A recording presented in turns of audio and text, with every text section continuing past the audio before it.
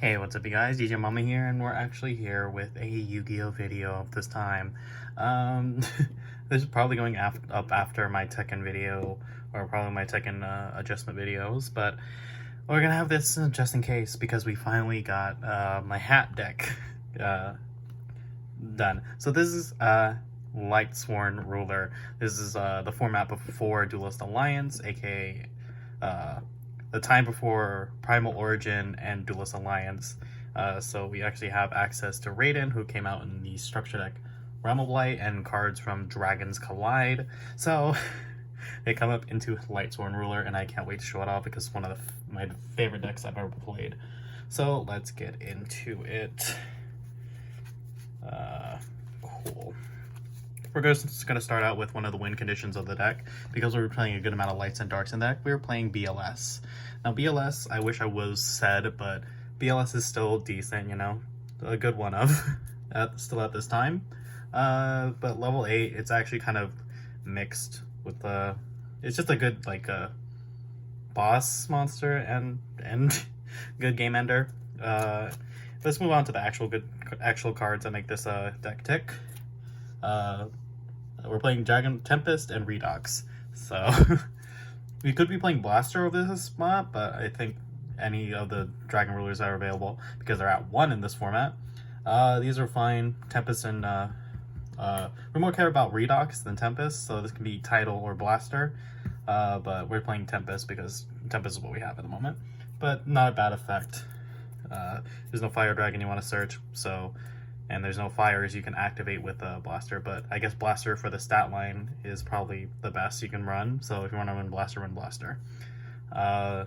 Next up are our targets that can work well with Redox Card Trooper. So we're all about milling in this deck, and we want a lot of cards in our graveyard, and Card Trooper is a very good card to do that. I think it is 2 or 3 in this format at the moment, so not a bad card to have. Card Trooper, you know, summon, excavate up to 3, and if he gets destroyed, draw a card. He's also an Earth, which lines up with Redox's effect, which if you want to, you know, reborn a monster. Because I think Reborn is banned at this moment, or at 1. Anyway, Heart and Soul of the deck, Eclipse Wyvern. So, if you don't know Eclipse Wyvern, in this format, it searches any light or dark level 7 or higher. Light or dark dragon that's level 7 or higher. There's a good target for a Lightsworn that you want to search, which we'll see later, but if it's sent to graveyard in any way, that's when you get to banish a level 7 or level 7 light or dark dragon, and then if it gets banished with the effect of either the Dragon Rulers or BLS, because it is a light, you get to add that card back to hand. And you can see how it was broken in Thunder Dragon. So there's Eclipse Wyvern, and next up is one of our targets for Eclipse Wyvern in Light Ray Diabolos. If you've never read Light Ray Diabolos, can't be normal summoner set, must be specialed.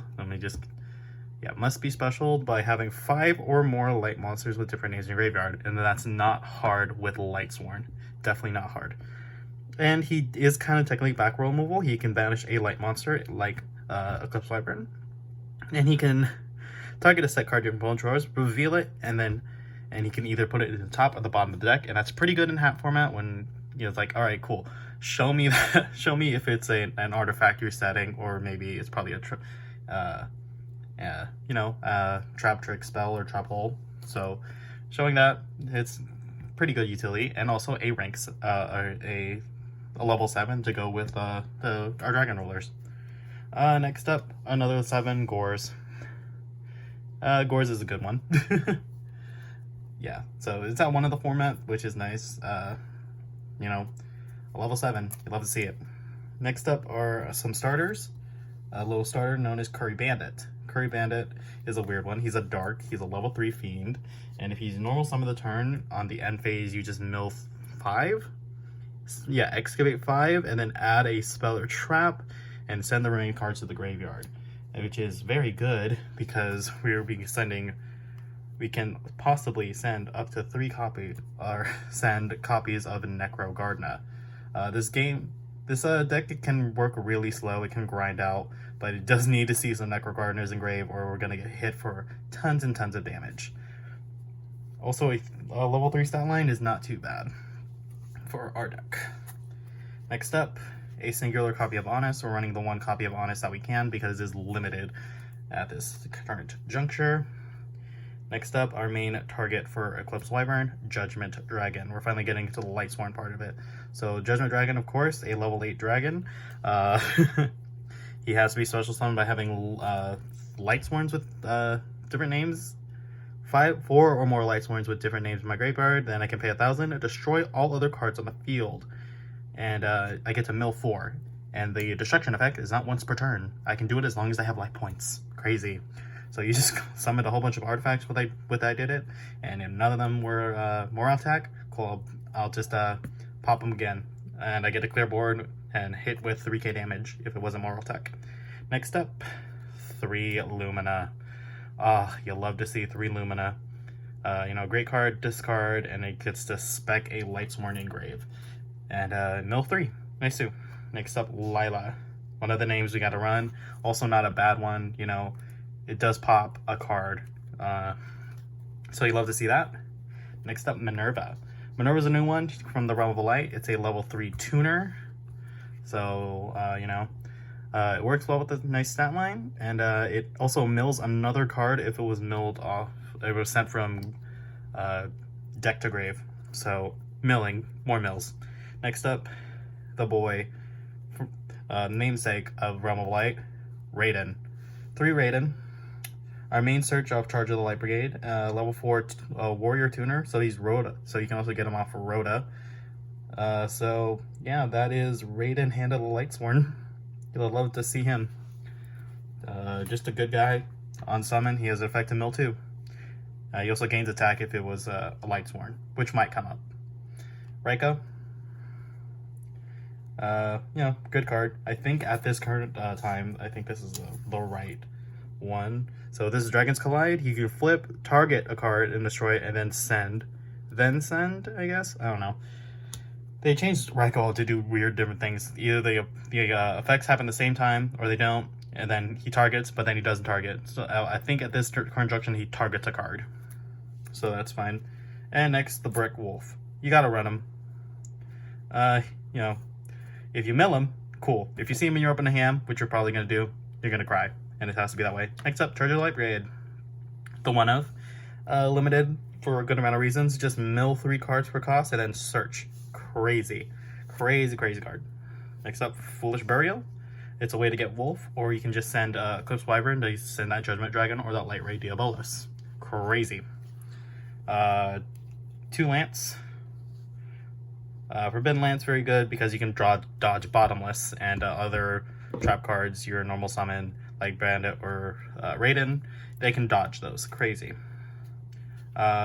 We play a copy of Reincarnation because with my experience with this deck, we always mill the win cons like JD, maybe BLS. We just mill win cons that we'd rather have in our hand. Next up, Reasoning. Reasoning, very good. We have a whole bunch of levels. Obviously, we can't summon JD, can't summon Diabolos, but we have a good amount of targets from 2, 3, 4, and 7. And 7 because of the rulers and the gores. Next up, Rhoda. I'm just gonna put him on top of the Raiden because that's your main target with the Raiden. 3 solar recharge. It's a thing you gotta run because charges at 1. 3 solar recharge, very fine. Especially if you open Wolf, which I most likely will. 2 soul charge. Soul charge is at 3 in this format, crazy, but we only need to run 2. It's fine enough. Next up is a singular copy of Breakthrough Skill in the main and Needlebug Nest. Just a mill card, and this is imperm before imperm, but you know, it does have an effect on gray, but that effect is only on your turn. So that is the main deck. I could be running Trag in this deck, but I would if I had it, but I don't have it at the moment, so that's fine. We just don't have Trag, which is, you know, it's alright. Next up, we'll move on to the extra deck. which is a fun part. Yeah, so one of my favorite decks because it's very high rolly, but if it gets going, it's crazy. Chaos, obviously one of my favorite archetypes, and high rolling is like what I love to do, and what I love to do.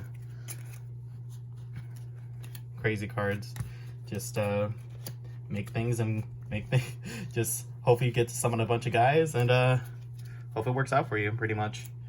We're gonna put this. It's crazy. I'll put it right there for now. All right, the extra deck. So we're kind of struggle busting because in this format, Brio is banned, and he is obviously the best 6 to ever be a Synchro 6. So our Synchro 6 of choice is Celestial Wolflord Blue Cyrus, a generic 6 who says, when this card is on the field and destroyed and sent to the graveyard, target a face-up monster your opponent controls and loses 24. It is also a dark typing. That's also basically what it is. But you can also use cards like HTS Symeth, which is a decent card, another generic 6. When it battles the opponent's monster, banish a monster. Also, you can banish this card. It's a DD Warrior Lady, kinda, with 2400 attack. Not too bad.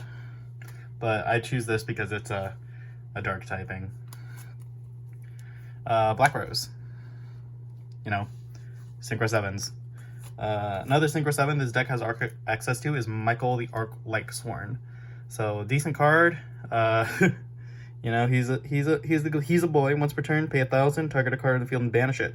Very, very good. It is 1 tuner and 1 non-tuner light, and when card destroyed by battle, target any number of my banished or my Lightsworns in my graveyard, shuffle them into the deck, and I get to gain 300 for each return card, and he gets to mill 3 at the end like every other Lightsworn. He gets a mill. Crazy. So generic, decent stat line at 26. Yeah. That's bad. Our Synchro 8, Crimson Blader. Dragon Rulers are running rampant in the format, and this is a card to prevent that. Next up, Leo, the Keeper of the Sacred Tree. Our Synchro 10, because Minerva is a 3, and we have a whole bunch of 7, so 3 plus 7, 10, and that's Leo. Next up, our XZs run Leviair. We own a good amount of 3s, so we're running Leviair, and we end to banish a good amount of cards. Because we can banish Eclipse Wyvern and hopefully trigger Eclipse Wyvern again, or we get back Eclipse. Abyss Dweller. You need to run Abyss Dweller because artifacts are running rampant, can run rampant in the format. Karen Gorgon. Avoiding targeting is nice, but he's a little copium if you get him and a big monster out. Exiton, you're gonna need him. You're gonna need him. That's all I'm gonna say about Exiton. He's pre-Zeus. Laval Ball Chain, just probably your first turn 1 play because he just sends a card, and that's really good. Sending Eclipse Wyvern, crazy. Utopia. I mean, yeah, Utopia. And then our last rank 4, Silent Honor Arc. We can run other rank 4s. My only other one is probably Castel that you probably run, but I think this is a solid enough lineup because it's lights and darks. Besides Silent Honor Arc, who's a water, and Abyss Dweller, who's a water, which is all right. He's a lights and darks. Obviously, the fires don't matter, and the wind, whatever. He's a rank 3. Anyway, our other rank 7s are Master of Blades, who is the target. He's only a negation if it targets him, which is kind of all right. You can probably play Big Eye over him, which is fine. And then, of course, Drakasek. If I had Big Eye, I'd run it. And our other rank 7 of choice would be Tomahawk, which is not decent, but is what it is. Also, you can probably run Spark Dragon if you want to run that. So Crimson Blader, but Crimson Blader is a lot. Really good slot. So this is the extra deck. This is my choices, and I'll live with them. Yeah, sometimes you need to run Utopia because sometimes your plays just aren't that good when you high roll. But Crimson Blader is probably enough. Michael, obviously a very good card. Black Rose, you gotta run Black Rose. It's just been the best generic 7 to ever be a generic 7. Next, we go on to the side. And in the side are 4 monsters of choice. Black Dragon Collapse Serpent, Blackwing Gale of Whirlwind, another Lila, and White Dragon Wyverbuster. So we do have access to the Chaos Dragons. I don't know how good they are. I know how good they are actually, but in this deck we'll see they're kind of just extra extenders if you need extenders, which is not too bad. Next up are spells. 2 Burial from a Different Dimension. To get back the Eclipse Wyvern, very nice. Card Destruction, because sometimes you're going to draw Wolf, and you don't draw recharge. So it's another it's another way to get Wolf out of your hand. Dark Hole, love to see that. Mindcon and triple MST. MST might be not good in a hat, but you need to like exchange for probably like Fiendish Chain and hit some back row. Hitting some back row blind is crazy, but I think it's only been used to hit like cards like Fiendish Chain and other cards like that. Yeah. Next up for the traps, Breakthrough Skill, and then 2 Dimpriz are my side deck, and this is my hat deck.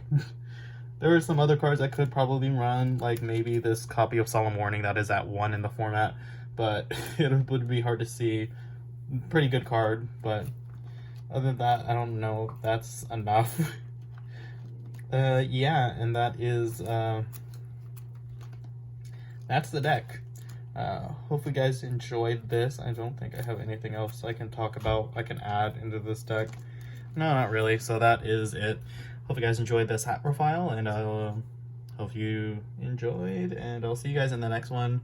I should be posting the Edison version of Lightsworn. So look forward to that. I'll see you guys in the next one. Bye.